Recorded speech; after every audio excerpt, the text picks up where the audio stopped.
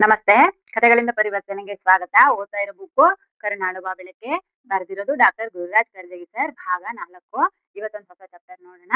Chapter ಹೆಸರು ಸಂಘ ಜೀವನ. ಸಂಘ ಜೀವನ ಅನ್ನೋದು ಅಂದ್ರೆ ಗುರುರಾಜ್ ಕರ್ಜಗಿ ಸರ್ ಅವ್ರ ಲೈಫಲ್ಲಿ ಒಂದು ಇನ್ಸಿಡೆಂಟ್ ಆಗಿದ್ದನ್ನ ಅವರು ಚಾಪ್ಟರ್ ಆಗಿ ಬರೆದಿದ್ದಾರೆ. ತುಂಬಾ ಚೆನ್ನಾಗಿದೆ. ಸೊ ಅದೇನಿದೆ ನೋಡೋಣ. ಜೀವನದ ಕೆಲವೊಮ್ಮೆ ತುಂಬಾ ಅನಿರೀಕ್ಷಿತ ಸಮಯದಲ್ಲಿ ಹೊಸ ವಿಚಾರದ ಹೊಳಪು ಮೂಡುತ್ತದೆ. ಬೆಳಕು ಹೊಳೆದಂತಾಗುತ್ತದೆ. ನನಗೆ ಹತ್ತಾರು ಬಾರಿ ಹೀಗೆ ಆಗಿದ್ದುಂಟು. ನೀವು ರೈಲು ನಿಲ್ದಾಣಕ್ಕೆ ಸರಿಯಾದ ಸಮಯಕ್ಕೆ ಹೋಗುತ್ತೀರಿ. ಅಲ್ಲಿಗೆ ಹೋದ ಮೇಲೆ ಘೋಷಣೆ ಕೇಳಿಸುತ್ತೆ. ಏನಂತ? ರೈಲು ಇನ್ನು 1.5 ಗಂಟೆ ತಡವಾಗಿ ಬರುತ್ತದೆ ಅಂತ ನಿಮ್ಗೆ ಘೋಷಣೆ ಕೇಳುತ್ತೆ. ಆಗ ನೀವ್ ಏನ್ ಮಾಡ್ತೀರಿ? ಮನೆಗೆ ಹೋಗಿ ಮರಳಿ ಅಂತೂ ಬರೋದಕ್ಕಾಗೋದಿಲ್ಲ.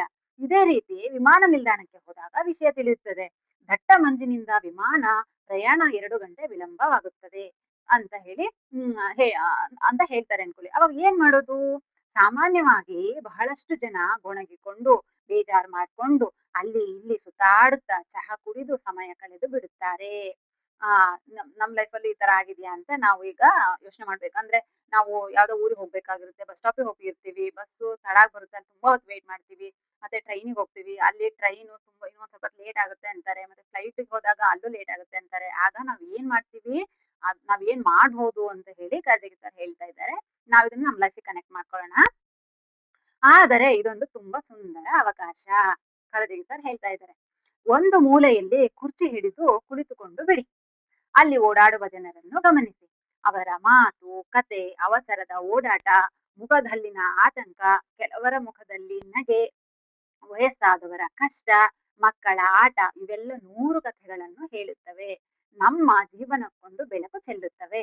ನಾನು ಒಮ್ಮೆ ಬಾಗಲಕೋಟೆಯ ರೈಲು ನಿಲ್ದಾಣಕ್ಕೆ ಬಂದಾಗ ರೈಲು ತಡವಾಗಿ ಬರುತ್ತದೆ ಎಂದು ಗೊತ್ತಾಯಿತು. ಸರಿ ಎಂದುಕೊಂಡು ಪ್ಲಾಟ್ಫಾರ್ಮ್ನ ಒಂದು ತುದಿಯಲ್ಲಿ ಕುರ್ಚಿ ಆರಿಸಿಕೊಂಡು ಕುಳಿತುಕೊಂಡೆ. ಅಲ್ಲಿ ಕೆಲವೊಂದು ಪ್ರವಾಸಿಗ ಮಕ್ಕಳು ಆಟವಾಡ್ತಾ ಇದ್ರು. ನಿಲ್ದಾಣದ ಬದಿಯಲ್ಲಿ ಇನ್ನೊಂದು ಜೋಡಿ ರೈಲು ಹಳಿಗಳಿದ್ದವು. ಅವುಗಳ ಮೇಲೆ ಮುಖ್ಯ ರೈಲುಗಳು ಹೋಗೋದಿಲ್ಲ. ಯಾವಾಗ್ಲಾದರೂ ಬೋಗಿಗಳನ್ನು ಬದಲಾಯಿಸಲೆಂದು ಇರುವ ಹಳಿಗಳು ಅವು ಅಷ್ಟೇ. ಅಲ್ಲಿ ಈ ಮಕ್ಳು ಆಟ ಆಡ್ತಾ ಇದಾರಲ್ವಾ, ಆ ಹಳಿಗಳ ಮೇಲೆ ಯಾವ ಮೇನ್ ಮುಖ್ಯವಾದ ರೈಲ್ಗಳು ಯಾವ್ದು ಹೋಗೋದಿಲ್ಲ. ಅಪಾಯವೇನು ಇರ್ಲಿಲ್ಲ ಅಲ್ಲಿ. ಒಂದು ಪುಟ್ಟ ಮಗು ಒಂದು 5 ವರ್ಷ ಇರ್ಬೇಕು. ಅದು ಹಳಿಯ ಮೇಲೆ ನಡೆಯಲು ಪ್ರಯತ್ನಿಸ್ತಾ ಇತ್ತು. ಹಳಿ ಇರುತ್ತಲ್ವಾ, ಹಳಿ ಮೇಲೆ ನಡ್ಕೊಂಡು ಅದ್ರ ಮೇಲೆ ಹಿಂಗ್ ಹಳಿ ಇರುತ್ತಲ್ವಾ, ಅದ್ರ ಮೇಲೆ ನಡ್ಕೊಂಡು ಹೋಗೋ ಪ್ರಯತ್ನ ಪಡ್ತಾ ಇತ್ತು. ಅದು 5 ವರ್ಷದ ಮಗು 2 ಹೆಜ್ಜೆ ಇಡೋದು, 3ನೇ ಹೆಜ್ಜೆಗೆ ಬೀಳೋದು. 2 ಹೆಜ್ಜೆ ಇಡೋದು, 3ನೇ ಹೆಜ್ಜೆಗೆ ಬೀಳೋದು. ಅಂದ್ರೆ ಸಮತೋಲನ ಅಂದ್ರೆ ಬ್ಯಾಲೆನ್ಸ್ ತಪ್ಪಿ ಬ್ಯಾಲೆನ್ಸ್ ಸಿಗಲ್ಲ ಅಲ್ವಾ. ಅದು 5 ವರ್ಷದ ಮಗು ಆ ಹಳಿ ಮೇಲೆ ನಡ್ಕೊಂಡು ಹೋಗ್ಬೇಕು ಅಂದ್ರೆ ಬ್ಯಾಲೆನ್ಸ್ ಸಿಗಲ್ಲ ಅಲ್ವಾ. ಹಾಗಾಗಿ ಅದ್ ಹಿಂಗೆ ಮಾಡ್ತಾನೆ ಇತ್ತು. ಇದನ್ನ ಗುರುರಾಜ್ ಕರ್ಜಗಿ ಸರ್ ನೋಡ್ದ ಕೂತಿದ್ರು, ಆ ಮಗು ಹೇಗ್ ನಡೆಯುತ್ತೆ ಅಂತ ಹೇಳಿ. ಪಕ್ಕದಲ್ಲೇ ಕುಳಿತಿದ್ದ ಅದರ ತಂದೆ ತಾಯಿಯರು ಅದನ್ನೇ ಗಮನಿಸ್ತಾ ಇದ್ರು.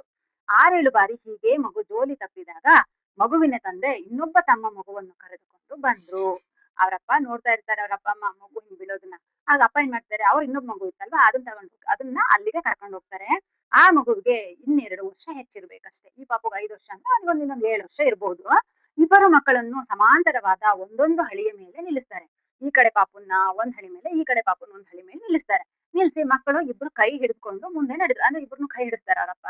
ಈ ಕಡೆ ಹಳಿ ಮೇಲೆ ಇಬ್ರು ಮಕ್ಕಳು ನಿಲ್ಸಿ ಇಬ್ರನ್ನ ಕೈ ಹಿಡಿಸ್ತಾರೆ. ಹಿಡಿದು ತುಂಬಾ ಸರಾಗವಾಗಿ ನಡಿಗೆ ಸರಾಗವಾಗಿತ್ತು. ಇಬ್ಬರು ಸಮತೋಲನ ತಪ್ಪಲಿಲ್ಲ. ಯಾಕೆಂದರೆ ಒಬ್ಬ ಸಮತೋಲನ ತಪ್ಪಿದರೆ ಮತ್ತೊಬ್ಬರ ಕೈ ಆಧಾರವಾಗಿತ್ತು. ಒಬ್ಬರೊಬ್ಬರಿಗೆ ಪೂರಕವಾಗಿ ನಡೆದಾಗ ಇಬ್ಬರದ್ದು ಜೋಡಿ ತಪ್ಪಿರಲಿಲ್ಲ.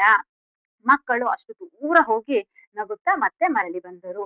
ತುಂಬಾ ಸಂತೋಷ ಅವಕ್ಕೆ. ಅಂದ್ರೆ ನೋಡಿ ಆ ಮಕ್ಳಿಗೆ ಎಷ್ಟು ಖುಷಿ ಆಯ್ತು ಅಂದ್ರೆ ಅವಾಗ ಹಳಿ ಮೇಲೆ ಒಬ್ಳೆ ಹೋಗಕ್ ಟ್ರೈ ಮಾಡಿದ್ದು ಆಗ್ಲಿಲ್ಲ. ಅವ್ರ ಅಣ್ಣ ಬಂದ್ ಕೈ ಹಿಡ್ಕೊಂಡಾಗ ತುಂಬಾ ದೂರ ಇಬ್ರು ಹಳಿ ಮೇಲೆ ನಿಧಾನಕ್ಕೆ ನಡ್ಕೊಂಡು ವಾಪಸ್ ಬಂದ್ರು. ಅಪ್ಪ ನಾವ್ ನಡ್ದ್ಬಿಟ್ವಿ ಅಂತ ಅವಕ್ ಅಷ್ಟು ಖುಷಿ ಮಕ್ಳಿಗೆ. ಅವಾಗ ಕರ್ಜಗಿ ಸರ್ ಅನ್ಕೊಂತಾರಂತ ಆ ಸಿಚುಯೇಷನ್ ನೋಡಿ, ಎಲ್ಲ ನಮ್ಮ ಜೀವನವು ಹೀಗೆ ಅಲ್ಲವೇ ಅನಿಸ್ತು. ಎಲ್ಲವನ್ನು ನಾನೇ ಮಾಡ್ತೇನೆ ಎಂದು ಹೊರಟಾಗ ನನ್ನ ಮೇಲೆ ಒತ್ತಡ ಹೆಚ್ಚಾಗುತ್ತದೆ, ಸಮತೋಲನ ತಪ್ಪುತ್ತದೆ. ಇನ್ನೊಬ್ಬ ಸಮಾನ ವಯಸ್ಕರನೊಂದಿಗೆ ಸೇರಿ ನಡೆದಾಗ ಒಬ್ಬರು ಮತ್ತೊಬ್ಬರಿಗೆ ಪೂರಕವಾಗಿ ಕೆಲಸ ಹಗುರವಾಗುತ್ತದೆ. ಕರ್ತವ್ಯ ಭಾರವೆನಿಸುವುದಿಲ್ಲ. ಸಂಪೂರ್ಣ ಸ್ವತಂತ್ರತೆ ಎನ್ನುವುದು ಜೀವನದಲ್ಲಿಲ್ಲ.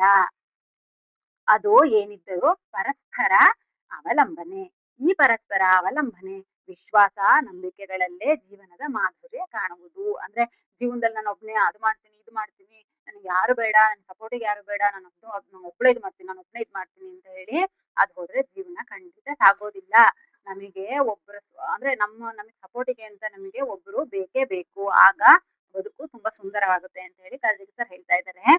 ಋಗ್ವೇದದ ಮಾತು, ಸಂಗಶ್ಚಂ ಸಂವದ್ಧಂ ಸಂ ಓ ಮನಾಂಸಿ ಜಾನತಂ.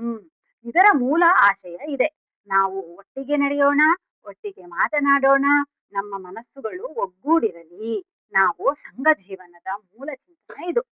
ನಾವ್ ಯಾವಾಗ್ಲೂ ನಾ ಒಬ್ಳೆ ಅದ್ ಮಾಡ್ತೀನಿ, ನಾ ಒಬ್ನೇ ಇದ್ ಮಾಡ್ತೀನಿ, ಹಾಗೆ ಹೀಗೆ ಅಂತ ಹೇಳೋ ಬದಲು ಸಂಘ ಜೀವಿ ಆಗ್ಬೇಕು, ಎಲ್ಲರೊಟ್ಟಿಗೆ ಇರ್ಬೇಕು, ಎಲ್ಲರೊಟ್ಟಿಗೆ ಕಾಲ ಕಳಿಬೇಕು, ಎಲ್ಲರೊಟ್ಟಿಗೆ ಮಾತಾಡ್ಬೇಕು, ಎಲ್ಲರೊಟ್ಟಿಗೆ ಖುಷಿಯಾಗಿರ್ಬೇಕು, ಸಂಘ ಜೀವಿ ಆಗಿರ್ಬೇಕು. ಅಂದ್ರೆ ಒಬ್ಬೊಂಟಿಯಾಗಿರೋದು, ನಂಗೆ ಅವ್ರ ಜೊತೆ ಹೋದ್ರೆ ಕಂಫರ್ಟ್ ಆಗಲ್ಲ, ಇವ್ರ ಜೊತೆ ಹೋದ್ರೆ ನಂಗೆ ಸರಿ ಆಗಲ್ಲ ಅಂತ ಹೇಳಿ ಒಬ್ಬೊಬ್ರೆ ಇರೋದು ಅಲ್ಲ. ಎಲ್ಲರ ಜೊತೆ ಒಟ್ಟಿಗೆ ಬೆರ್ತಾಗ್ಲೇ ನಮ್ದು ಜೀವನ ಒಂಥರ ಹ್ಯಾಪಿ ಆಗಿರುತ್ತೆ ಅಂತ ಹೇಳಿ ಕರ್ಜಗಿ ಸರ್ ಹೇಳ್ತಾ ಇದ್ದಾರೆ. ಸೊ ಈ ಚಾಪ್ಟರ್ ನಿಮಗೆ ಇಷ್ಟ ಆಯ್ತು ಅನ್ಕೋತೀನಿ. ನಾವು ಸಹ ಇನ್ಮೇಲಿಂದ ಸಂಘ ಜೀವಿ ಆಗಿರೋಕೆ ಪ್ರಯತ್ನ ಪಡೋಣ. ಓಕೆನಾ?